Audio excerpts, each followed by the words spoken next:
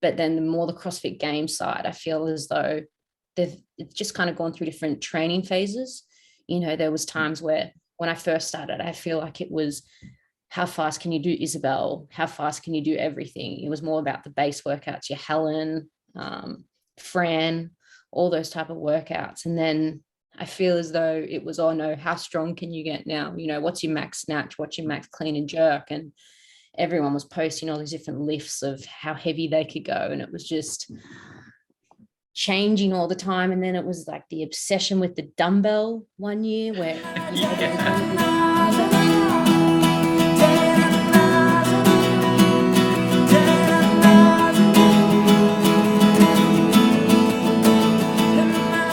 Yeah, you said it. You've been around for some time now, but when I saw you at the semis, and you blew me away, and I was like interested in having you on the show.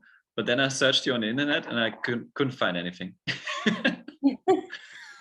Is this your first? Is this your first podcast? This is, yes. Which doesn't surprise me though, because I've kind of always just been that fly on the wall. Never the best athlete, but I've been in the mix, if that makes sense. Good, but not good enough, which I'm okay with. What do you mean with good enough? Because in my eyes, like if you make it to the semis or the regionals back in the day, you're a fitness ninja.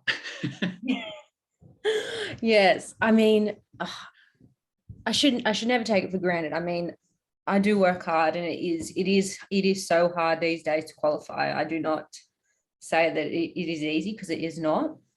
However, I do feel as though, because I have those years of experience under my belt, if you keep consistently training and keep that momentum going, I kind of just had, those years under my belt where I can still keep up with, I guess, the best, with the full-timers, I call them, just the athletes that do it for a full-time job. And credit to them, I think they are very impressive. However, at the end of the day, it's only a slice of my life. It is a big part of my life, but I don't put all my eggs in one basket. And that's mainly because I'm thinking of my future. I don't think that it's wrong that a lot of them just concentrate on it. And a lot of them as well do have full-time jobs, like some of them are nurses, or, they're studying like me. And then a lot of them are involved within like their gym. They might be a gym owner, or they coach at that gym. So it just depends on the person really. But yeah, I guess as I said, I just have those years, and I've just been able to keep the momentum going and keep adapting to the new rules every single year. They keep changing it. Yeah. Yeah, that's crazy. So many ways, so many questions I already have in my head because of that. But how crazy is the Australian region, like competitive wise, especially in the women's field? Yeah, I mean, ever since like Tia came on the scene, I mean, Cara was always so dominating. And this is back when, so just in context, I started when I was 19. So this is back in 2011, but I didn't compete till I was 21. So 2013 was my first regionals. And I mean, since then, it's just gotten better and better. And there's just more athletes now coming in that are just so impressive. Some stay for a little bit, some have been there for a while. And yeah, our region just seems to keep getting better. But yeah, Clara and Tia have always been at that dominating top, whereas there's been a few that have come into the mix and they'll qualify for that third place. Or back in the day when there was 5, I can't even remember when that was, but it was always so hard because you just knew if Tia and Cara were going to be there was always 2 spots. So you were always kind of going to compete and do your best, but at the end of the day, your chances of qualifying were very slim, only because those girls are just so good. Yes. Yeah. I find it ridiculous that you only have like 3 spots.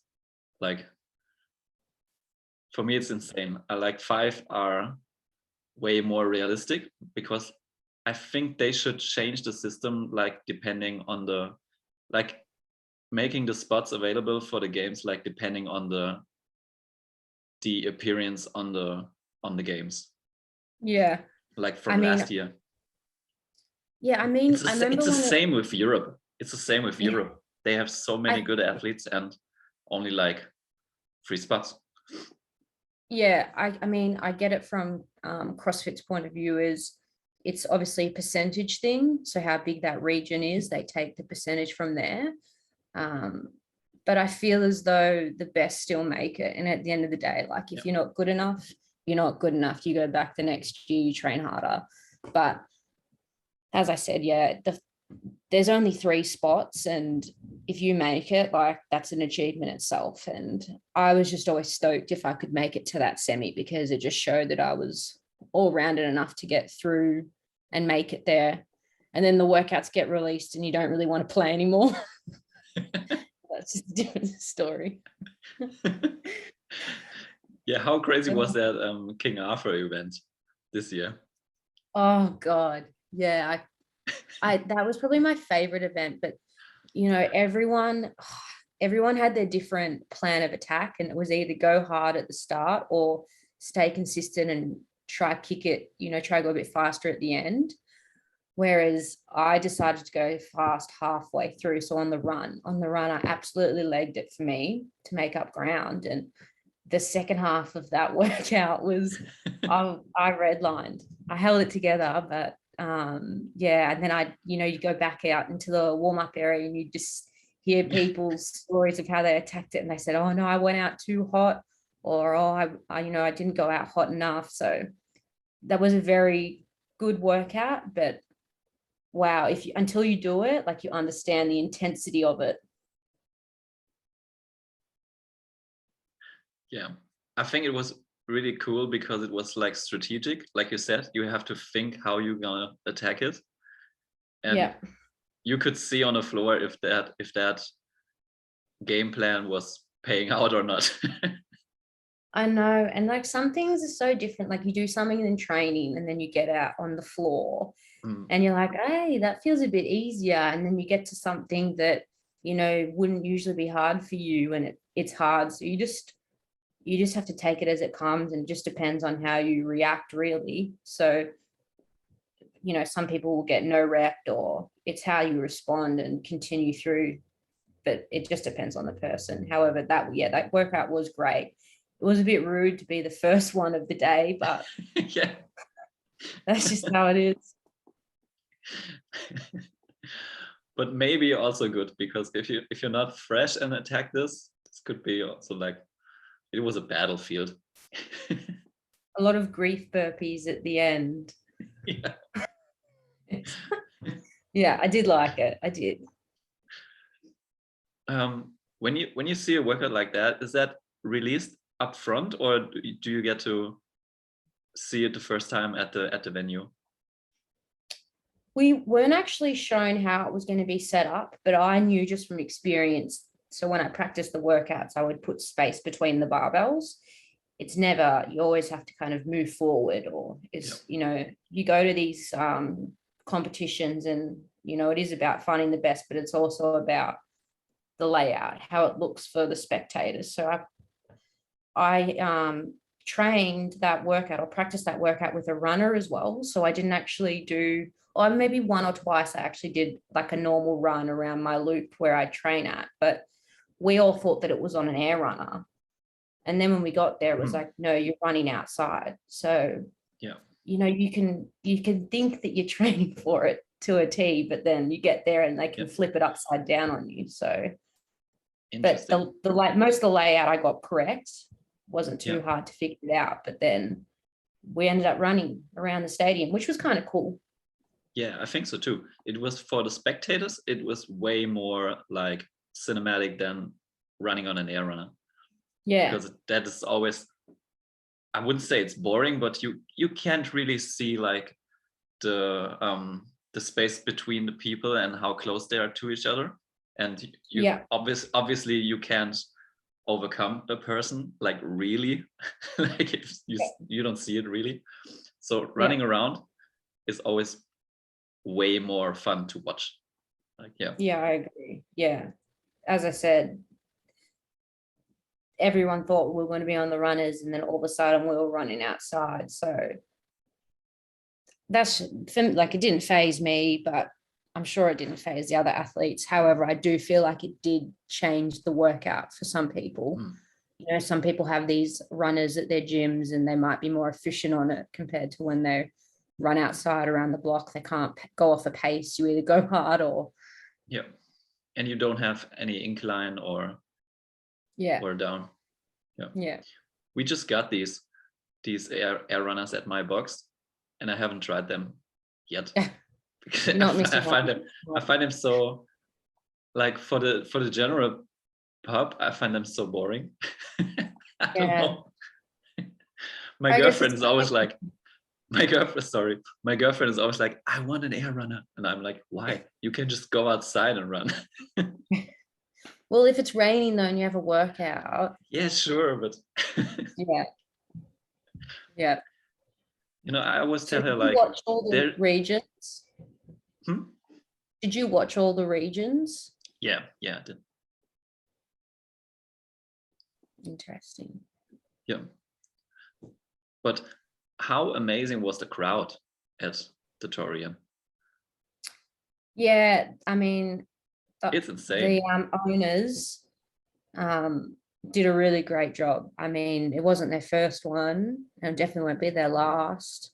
I mean, yeah, I can't even fathom how much they need to prepare for that kind of an event. And they really did put on a good show, not only for the athletes, but for everyone going to watch.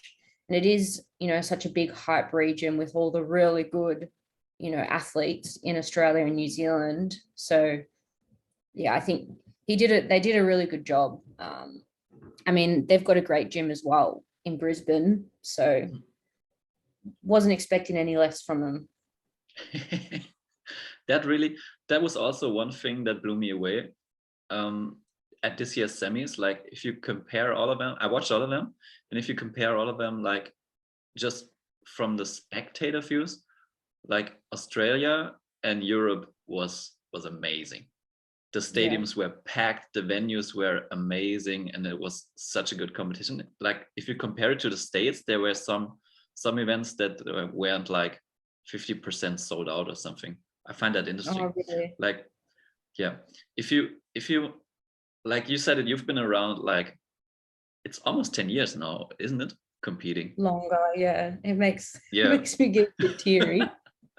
How did that change, like, from the beginning?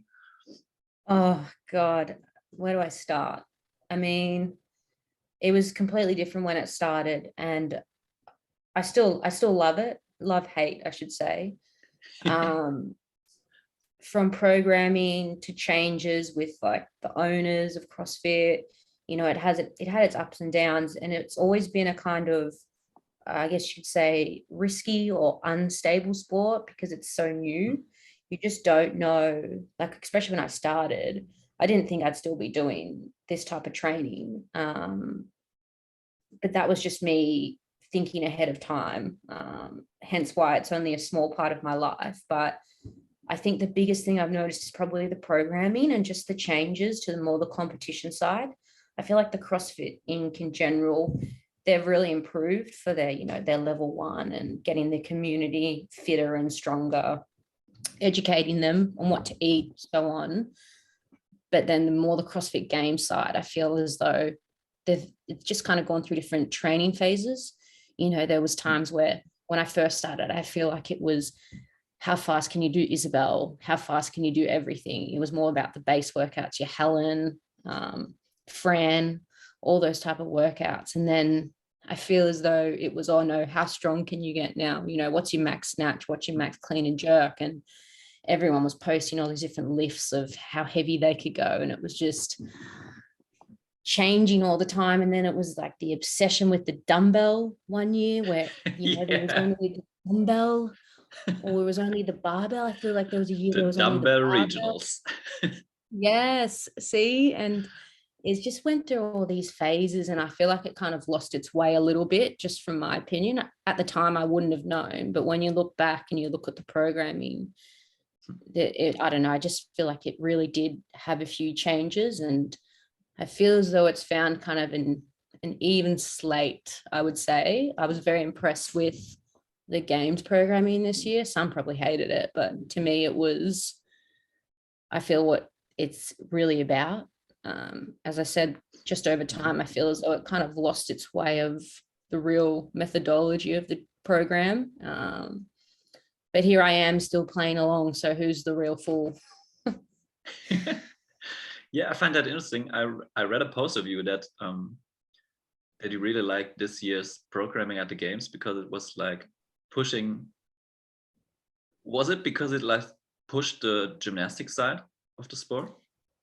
Yeah, The skill you side? know, yeah, I feel as though each year before this year it was more of the weight's just getting heavier. We're just going to keep putting more weight on. In 2000 and so on, we did it at this weight, or as the Americans say, in pounds. This year we're going to be doing it 20 pounds heavier. And it's like, oh, yeah, okay. We did a marathon we did a half marathon. You're going to do a full marathon now. I feel like he did, we all know I'm talking about, Dave Castro did challenge those areas, but I feel like the gymnastics, he did throw in the handstand, the ring handstand push up, and he did some things every now and then, but I don't know, I feel like gymnastics and skills kind of got left behind a bit. That's just my personal opinion. I can't say I know every single CrossFit Games workout off by heart, but that's just my opinion of what I see of what has happened over time. That's why I was quite excited. I was like, oh, he's reminding people that you still need to do skills, mainly because I'm someone that trains all those different parts of CrossFit. I'm not just trying to work on my weightlifting, I'm trying to work on my skills as well. And yeah, so that's why I was kind of excited and I was impressed by it. Cool. Yeah, we have to wait and see how this like continues, if Bosman is still programming like this year, or will it change all again? Yeah, but makes totally sense. Yeah, but this is what I mean. It's the ups and the downs. For some people, it might be a good thing. For some people, it might be, not so good. But I mean, at the end of the day, if we're all still training, then that's fine. It's just mainly for the top people, that really take it seriously. But play on, I guess, if you want to. Yeah, I could use a little more gymnastics. I hate the strong shit. Well, me, I've been like 60 kilos my whole life, or well, when I've been competing. I was actually lighter when I started. And there's just only so much weight training I can do to make sure I'm not injured. So not saying I am injured, but I make sure I'm balanced in terms of how much weight I'm moving every week. And I'm still working on my skills. And so I want to be tested in that area as well, but you don't always get it. Yeah. And what was your background before you started? You said you started with 19. Did you do any other sports before that? I did like sports at school, mainly running and swimming.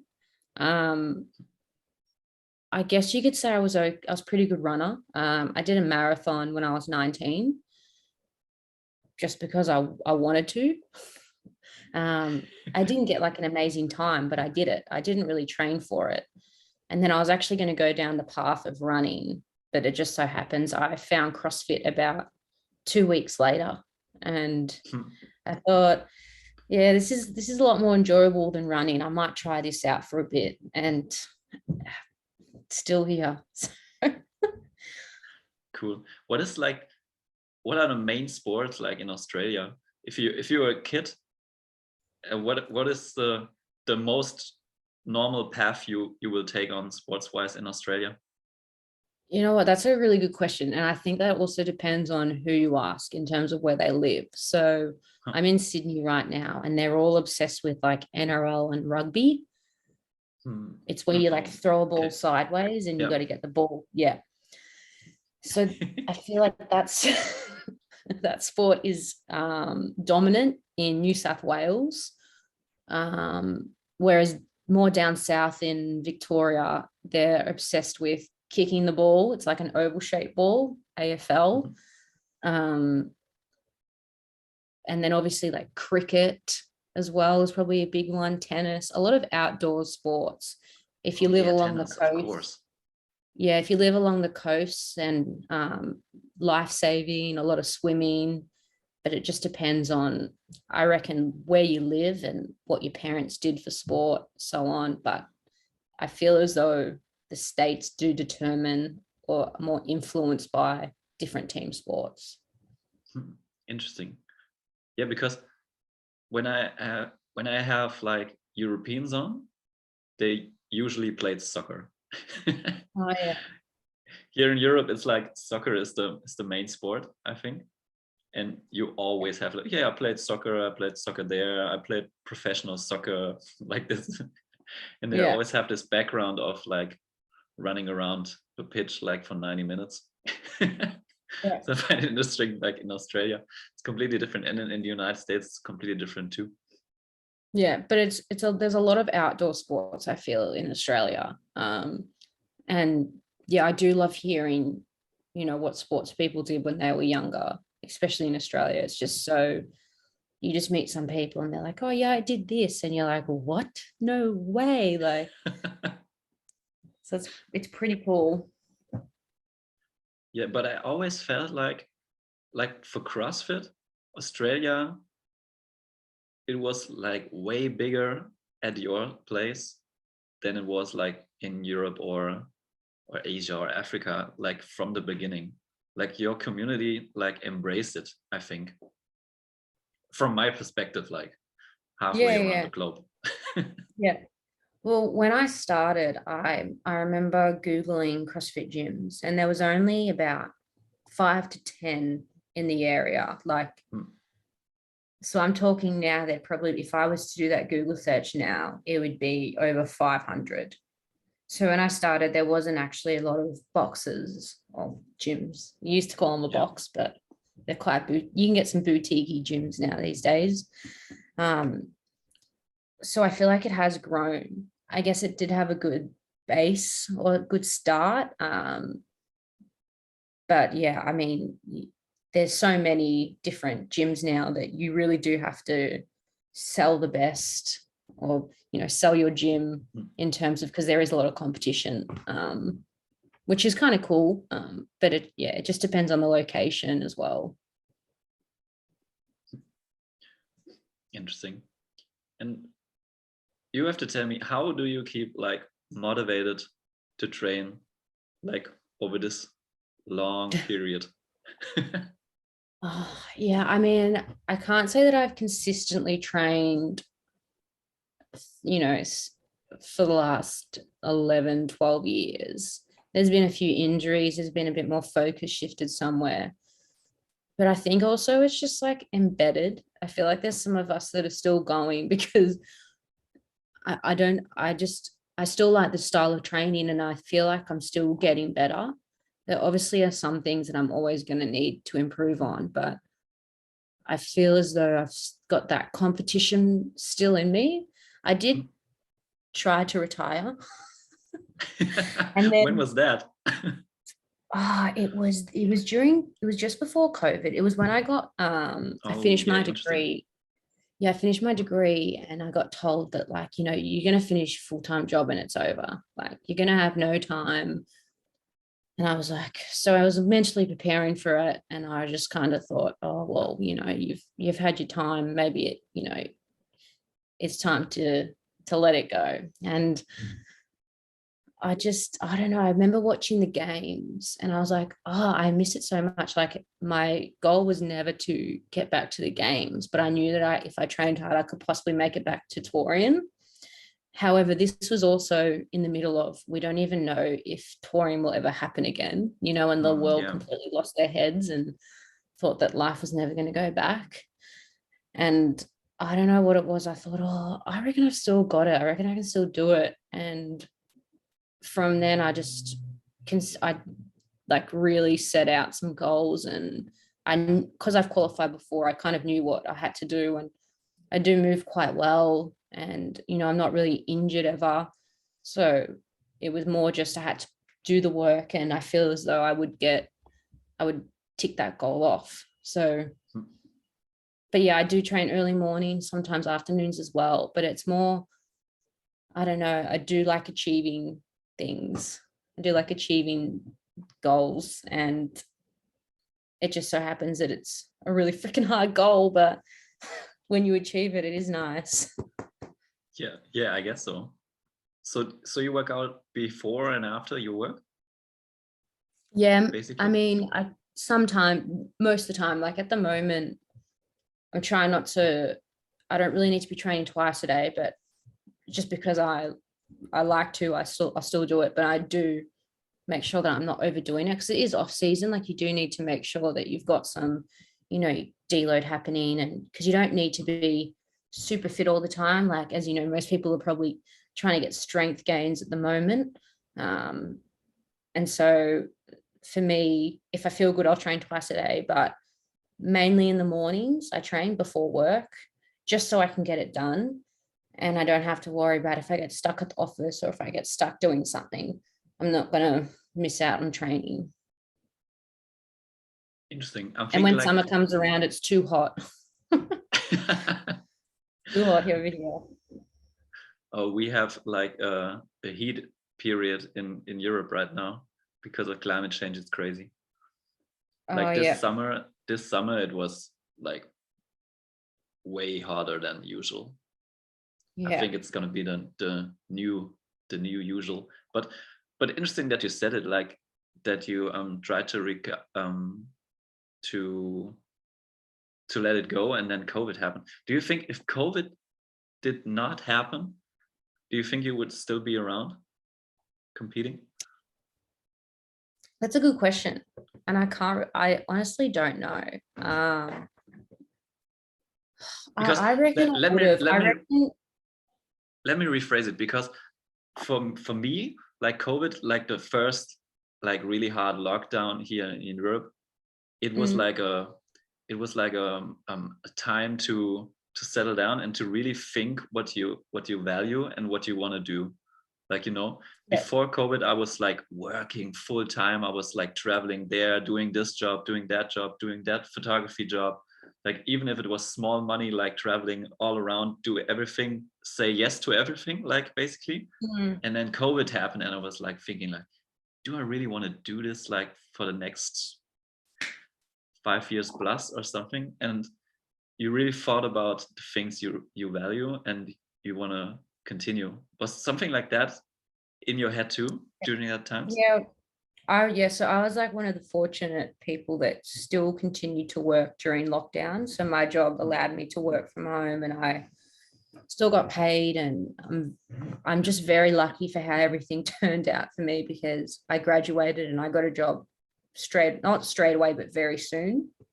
And then, the world got flipped upside down, and I was, just working. I did work a lot of hours during COVID because I feel like, what else could I really do? I was still training.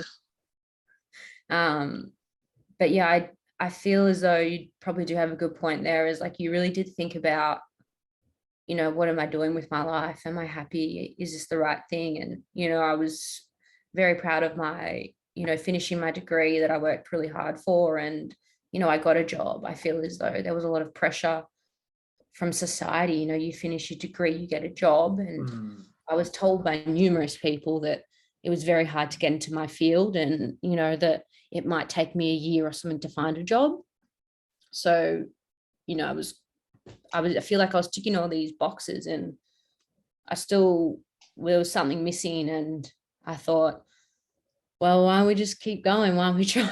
Why don't we just keep training and give it a go? See if you can do it. If you don't, then I reckon if I didn't qualify, I probably would have called it, because it would have been a way of saying, you tried, but your time's up.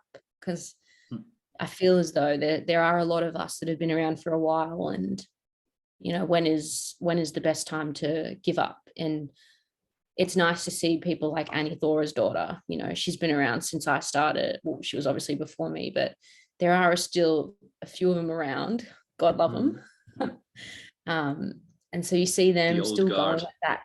I know, at that high level, And it's kind of like, well, if they can, why can't I? No, I'm not going to get to that level, but it's still enough motivation and to keep me going as well. Yeah, that's cool. I was so bummed that Annie went team this year. There was a lot of hype around her team, and it was a great team. However, there's just a lot of really good teams. So many. Too, yeah. But I was really bummed because like the season before, she kind of surprised everyone because coming out of the pregnancy and finishing at the podium and pushing Tia at Rogue, and I was like, oh, she's gonna be along the people who will push her, who will push Tia, and then she went team, and I was like, no. I feel like Tia still did get pushed, but yeah, I think I feel as though, as I said before, you know, the people that have been around for so long, they're allowed, you know, everyone has an opinion, and it's like, oh, she's done, or they're done, they've had their time. And so it was really cool for Annie to come back and be like, well, actually, I'm not done. Like, I've still got it. So, I mean, and she also had a kid, like, crazy. Yeah. So hats off to her. Super impressive. And, you know, she is still going, and I'm not sure when her time is up, but I'm glad that she's deciding that, not letting pressure from other people's opinions, you know, decide when her time is up. Yeah. And what were some of the things that you think, if you would retire, what are some of the things you will miss the most? Like Oh, I think about it all the time. That's why I'm like, it's just, I'm trying to enjoy, I'm not sure how many more years. I'm predicting maybe 2 or 3. 3 would be pushing it. But what was the question again? What you will miss the most? Because it's like a tricky question, because I guess if you would retire, it would just be retiring from the competition side. I think you would still be training, but just less. I guess. I know. Or would you be like, or would you be like, fuck it, I will not do this for the rest of my life? No, I'm already, I've actually already thought about this. I think I would just miss, I wouldn't say I'm someone that like thrives for a competition. I do like a competition. It's more doing the work to get there. Like, I'm not sure what I'm going to be able to do to replace that feeling. But there are quite a few number of younger people that I train with.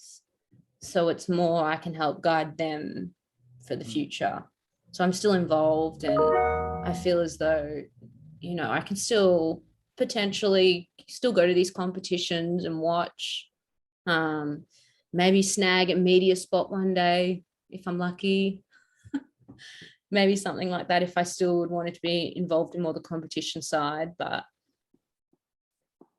hey, I heard yoga's pretty cool, so maybe I could go and do that. Do that then. And seeing everyone, actually, that's a big one. I know so many people, and you know, you see them every year and they're like, oh, still here, and you're like, yep, you're still here too. So just seeing them, because there's a few that have come in and out, but you know, they might be going team, or they might be doing masters now or something, but it's still cool that they're still involved. So that's still good to see as well. Like Rob Forte, I don't think Rob Forte, you know, is competing at the games level. He could probably still qualify if he wanted to, because he's so good. But, you know, now he's doing the Down Under Championships, like he's doing the programming for that. Obviously, he owns a gym in Victoria. He's got his individualized programming as well. That's not something I would do because I don't own a gym, but I'm hoping that I can still be involved in some sort of way. But I don't think I think my years of flogging myself in the gym will be coming to an end, and I won't miss that. Yeah, I guess so. And what was it originally that like hooked you? But how did you find it? Like, did you just randomly bump into a gym, or did you saw it somewhere? I actually knew about it and I thought it looked stupid. Back in the day, the keeping pull-ups, and I was like, that looks ridiculous. And then I think two of my friends, one was a guy and one was my friend, and they were just like, oh, you should try it. And then that friend, the girl, we went together, and that was it. She's just like, come and try it. And I was like, okay, like whatever. And I found it really hard.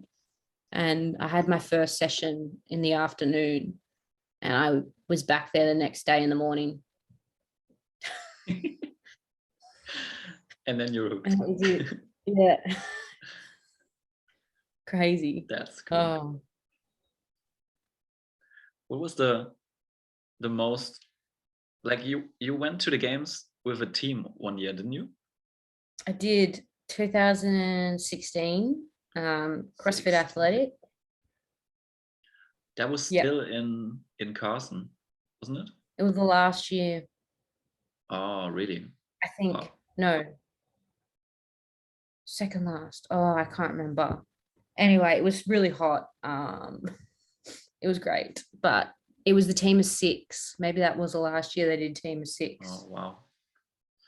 16. Was that the year where everyone died at Merv?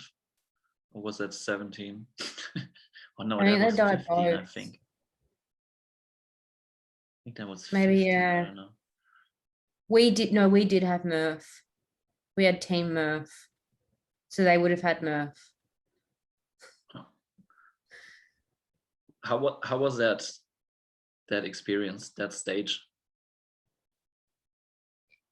Yeah, it was those are like, oh, people think I'm gonna sound so weird, but those are like the good old days.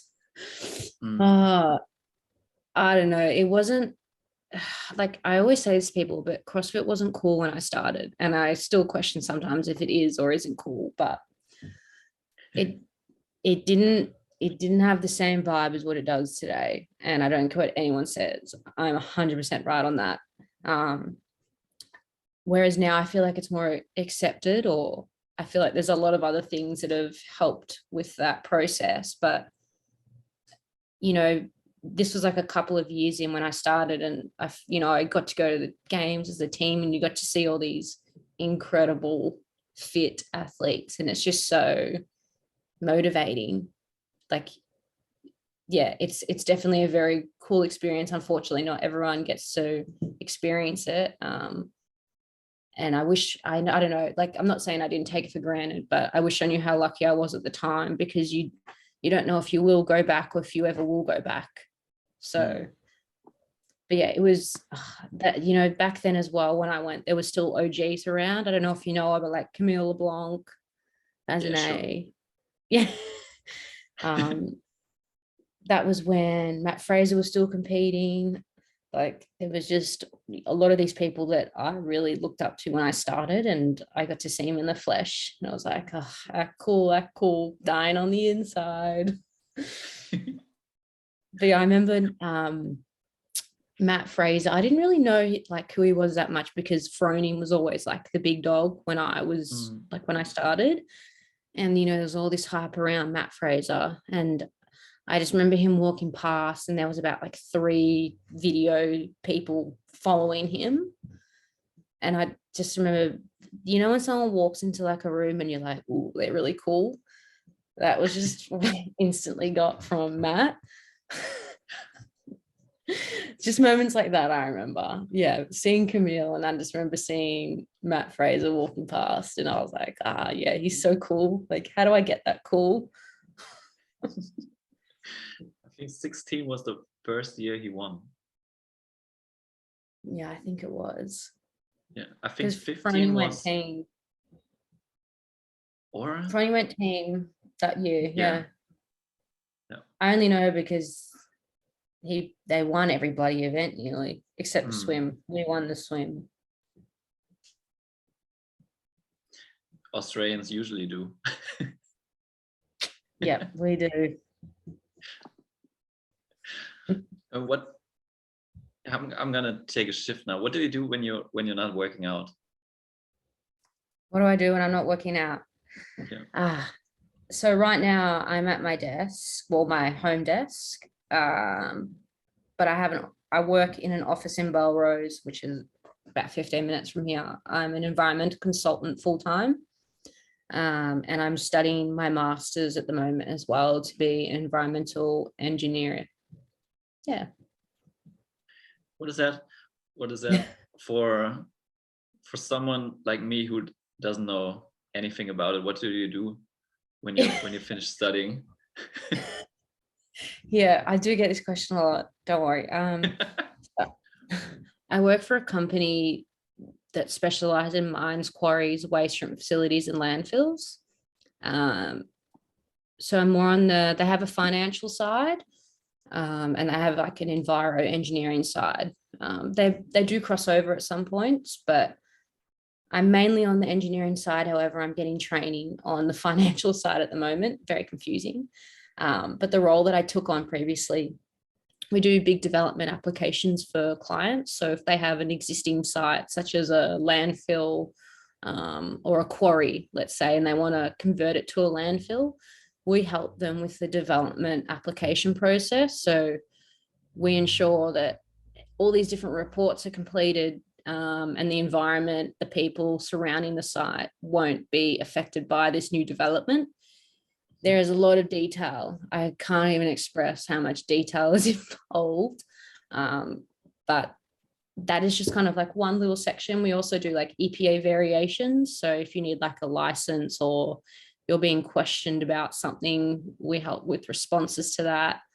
And then on the financial side, we will determine the value of different sites, such as quarries or waste sites, or also land value.